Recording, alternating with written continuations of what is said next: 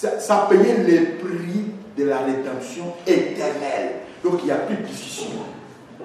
Et c'est comme ça, la Bible dit que tu es digne de prendre le livre et de rompre le sceau.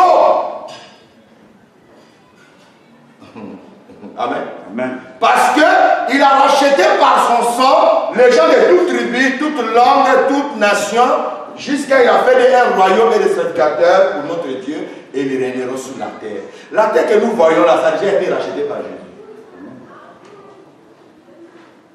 Comme lui n'est pas pressé, comme le diable.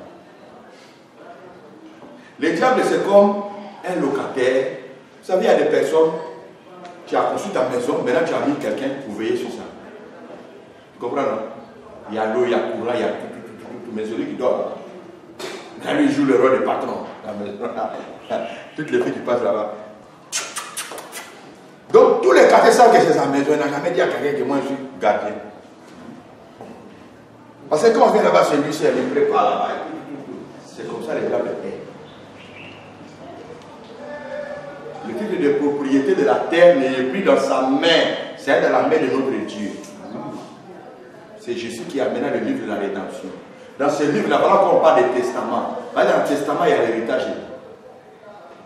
Parce que tu as compris bien la parole de Dieu, frère, tu es sauvé.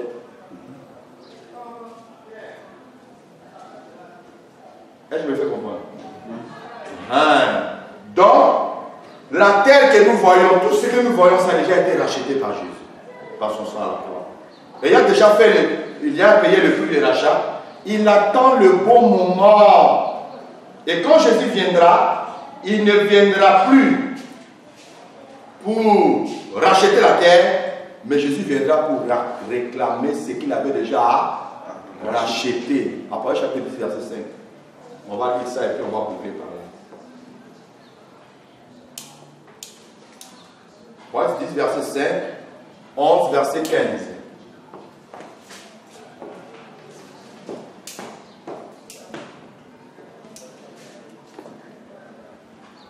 Lisez s'il vous plaît. 10, 5, 11, 15.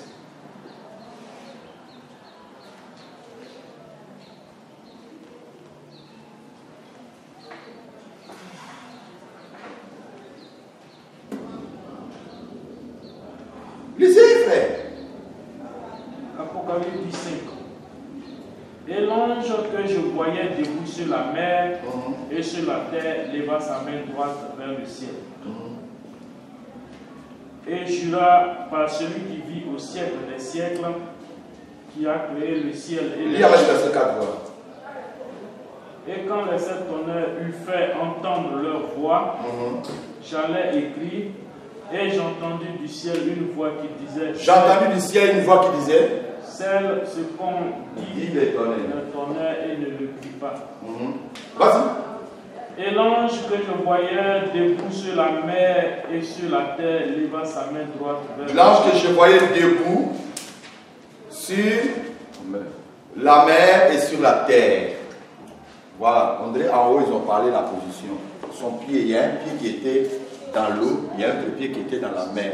Et cet ange-là était environ de l'arc-en-ciel. C'est le plus Jésus. Quand il vient dans sa gloire, ici nous voyons Jésus-Christ dans sa gloire, au moment de la 7e trompette. Amen. Après chapitre 11, le verset 15. Le 7e trompette vient pour installer Christ dans son trône. Voilà. Christ vient pour s'asseoir sur son trône. Cela veut dire qu'il vient réclamer ce qu'il avait racheté il y a longtemps. Est-ce que vous comprenez un peu? Amen, amen pas. Amen. Alors pour mieux comprendre, nous revenons dans l'Apocalypse chapitre 5 verset 9. 5 verset 9. Voilà 5 verset 9.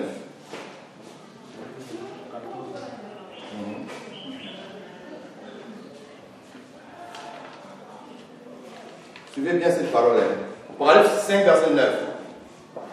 Tu as racheté pour Dieu, par ton sang. Vas-y.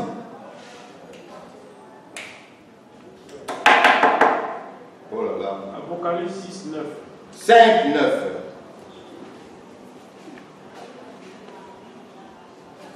Et il chantait un cantique nouveau en disant, tu es digne de... Non, il faut commencer verset 8. Quand il eut pris le livre, les 4 êtres vivants et les 24 vieillards se prosternaient devant l'agneau. Voilà, l'agneau, nous voyons Christ sous la forme d'un rédempteur, on est d'accord? Il prend les livres, vas-y. Tenant chacun une harpe et des coupes d'or remplies de parfums, qui sont les prières des saints. Et il chantait un cantique nouveau en disant, tu es digne de prendre le livre et d'en ouvrir les sceaux, car tu as été immolé et tu as racheté pour Dieu. Vous voyez, on dit qu'il est digne. Pourquoi il est digne? Parce qu'il a donné son sang. Amen. Pour racheter les nations. Vas-y. On a les détails. Et tu as racheté pour Dieu par ton sang. Regardez les personnes qu'il a rachetées pour Dieu. À travers son sang, les hommes de toute tribu, de toute langue, de tout peuple et de toute nation. Et toute nation.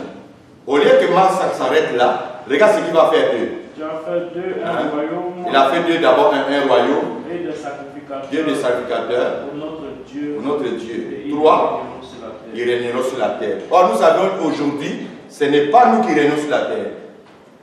Amen. C'est les hommes qui règnent encore sur la terre. Quand je dis les hommes, ça veut dire le système de ce monde. Voilà. Mais quand Christ viendra, ces personnes-là qui ont marché avec lui, qui l'ont enseigné, qui ont prêché, qui ont souffert à cause de son nom, c'est eux-là qui vont régner sur la terre. Or, nous savons qu'aujourd'hui, la terre est sous la domination de malins. Vous comprenez? Ça veut dire que notre temps de régner n'a pas encore arrivé. Amen. Si vous avez suivi mon message de la porte ouverte, une porte ouverte, j'ai parlé sur les jeunes hommes riches. Tu te souviens? Hein? Il dit, vends tous tes biens et suis-moi. Les gens est devenu Christ.